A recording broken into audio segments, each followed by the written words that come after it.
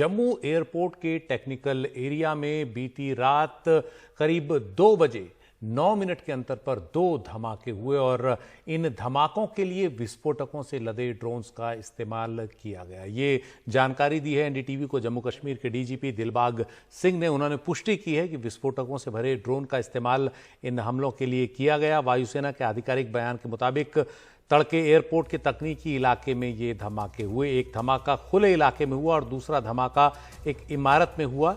बम निरोधक दस्ते और फॉरेंसिक टीम उसके बाद से ही घटनास्थल पर मौजूद हैं।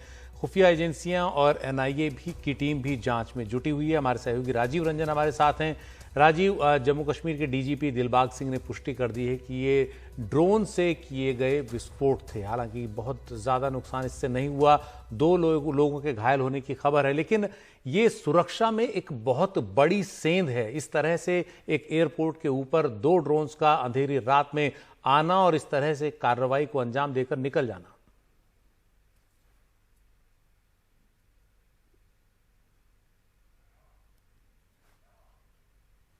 आप कह सकते हैं कि बहुत बड़े खतरे को इशारा है।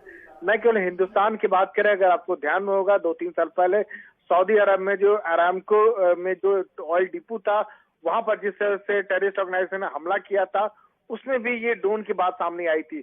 और अब ये जब ड्रोन की बात सामने आ रही है तो एक बहुत बड़े खतरे को इशारा कर रही है, जिससे निपटना आसान नहीं है। आपको ये बता दें कि पिछले हिंदुस्तान में अगर 2 साल की अगर बात करें तो इंटरनेशनल बॉर्डर पर देखने में आया है, एलओसी पर देखने में आया है, पंजाब में, जम्मू में, लेकिन अब पहली बार ऐसा हुआ है कि जो हमारे सैन्य प्रतिष्ठान थे उसको निशाना बनाने की कोशिश की गई।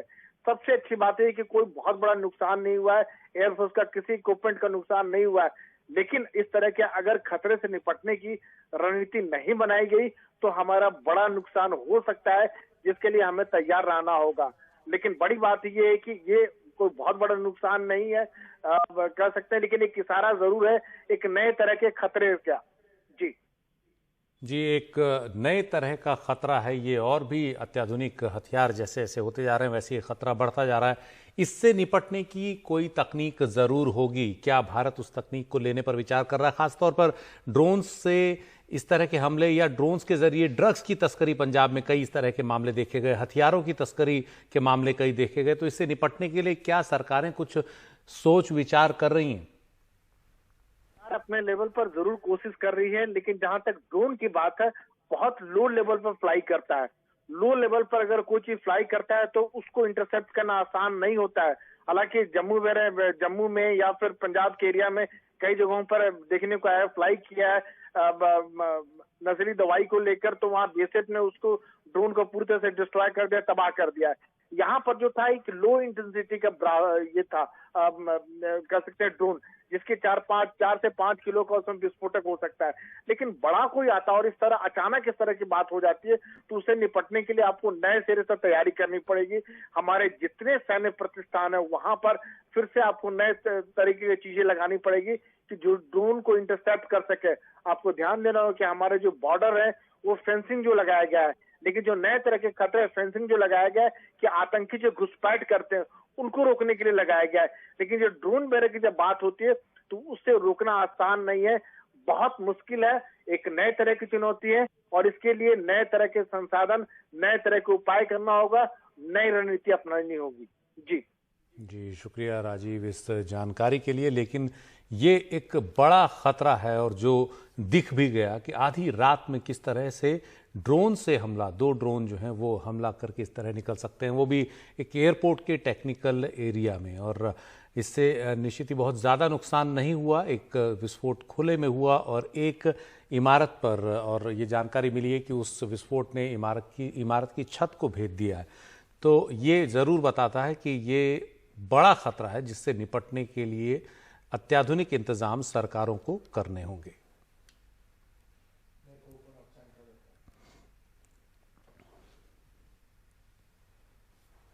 और हमारे साथ हमारे सहयोगी नज़ीर मसूदी भी हमारे साथ कुछ ही देर में होंगे और वो इस वक्त वहीं मौजूद हैं और वो जानकारी दे रहे हैं कि किस तरह से इस हमले को आज अंजाम दिया गया। वायुसेना ने अभी तक औपचारिक प्रेस रिलीज जारी नहीं की है, लेकिन जम्मू कश्मीर के डीजीपी दिलबाग सिंह ने पुष्टि की है इस बात की कि ये हमले ड्रोन के जरिए हुए और ड्रोन से हमले करने का जो ये चलन है दुनिया के कई देशों में देखने में आ रहा है। खासतौर पर आतंकी इसका काफ़ी इस्तेमाल करते हैं और इसमें दूर बैठकर ही किसी जगह पर किसी हमले को या किसी कार्रवाई को अंजाम दिया जा सकता है।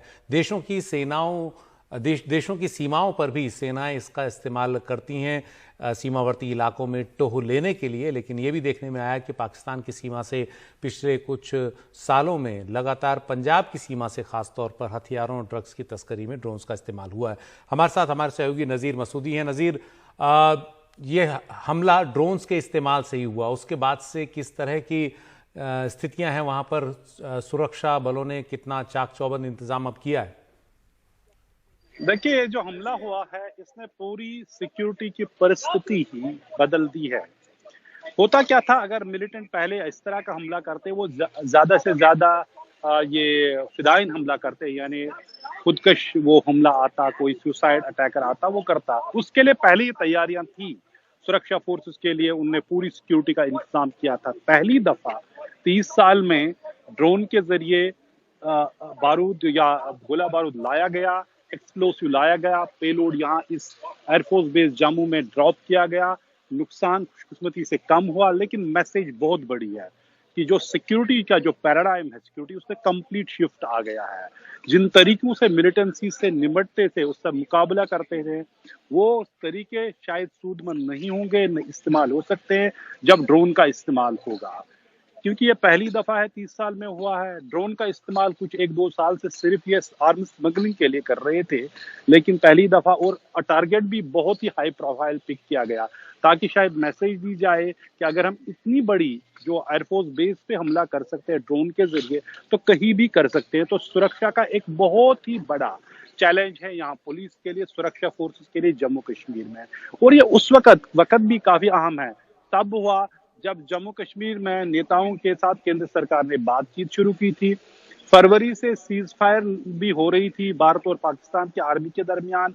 और जब हम देखेंगे उस वक्त जो जॉइंट स्टेटमेंट दिया इंडिया और पाकिस्तान की आर्मी ने, उसमें साझा स्टेटमेंट ये बताया कि जितने भी मुद्दे हैं उनको हम हल करेंगे। अगर कभी कोई प्रोवोकेशन होगी या कोई मिसअंडरस्टैंडिंग होगी, उसमें हम बाहमी तौर हॉटलाइन पे हल करेंगे। लेकिन ये जो हमला लग रहा है काफी बड़ी प्रोवोकेशन लग रही है। फरवरी से सीज फायर की बात हो रही, ये जमीन पे चल रही थी, कोई उसका उल्लंघन नहीं हुआ। खबरें ये भी थी कि नेशनल सिक्योरिटी एडवाइजर पाकिस्तान और जो हम इंडिया के जो हैं दोनों बात कर रहे थे तीसरे मुल्क में। इस दौरान इतना बड़ा हमला हुआ, पूरी जो सुरक्षा की जो व्यवस्था है उसको बदल दिया है। और आज सवेरे से ही यहाँ जो एयरफोर्स स्टेशन में यहाँ NIA के लोग, जम्मू कश्मीर पुलिस के लोग, फॉरेंसिक एक्सपर्ट, सभी लोग और दूसरे सिक्योरिटी एजेंसीज यहाँ हैं, तहकीकात कर रहे हैं किस तरह हुआ, कैसे ये हमला हुआ। पहली बात यह है कि क्या ये लॉन्च किया गया जम्मू शहर से कहीं नजदीक से, या ये लॉन्च किया गया पाकिस्तान से। दोनों सूरतों में काफी ही मुश्किल चीज है, क्योंकि पहले क्या होता था कि मिलिटेंट आते थे, हमला करते थे, उनको मारा जाता था और यहाँ शहादत भी मिलती थी। कौन लोग हैं, पाकिस्तान से आए हैं, यहाँ के हैं, क्या किया, गोला बारूद किसका किया। लेकिन जब आज हम देख रहे हैं कि एक ड्रोन के जरिए हमला किया गया, एक बैरक जो एयरफोर्स की उसको नुकसान पहुंचा गया, क्या ड्रोन भागने में कामयाब हुई है या वो भी उस हमले के दौरान उनको भी तबाह किया गया, क्या ये GPS के साथ फिटेड थे, ताकि क्योंकि टारगेट देखना है, जहां से भी हमला किया गया टारगेट बड़ा स्पेसिफिक था। वो ये था कि एयरफोर्स पे बेस पे वो पेलोड ड्रॉप होना चाहिए, और वैसा ही हुआ। और ये कोई फुट सोल्जर मिलिटेंटों का नहीं कर सकता है, इसमें बड़ी एक्सपर्टीज चाहिए, इसमें बड़ी महारत चाहिए। और लग रहा है कि अगर वो जम्मू से किया गया, काफी महारत वाले लोगों ने किया है, जो सबसे बड़ा चैलेंज है यहाँ की सुरक्षा व्यवस्था के लिए।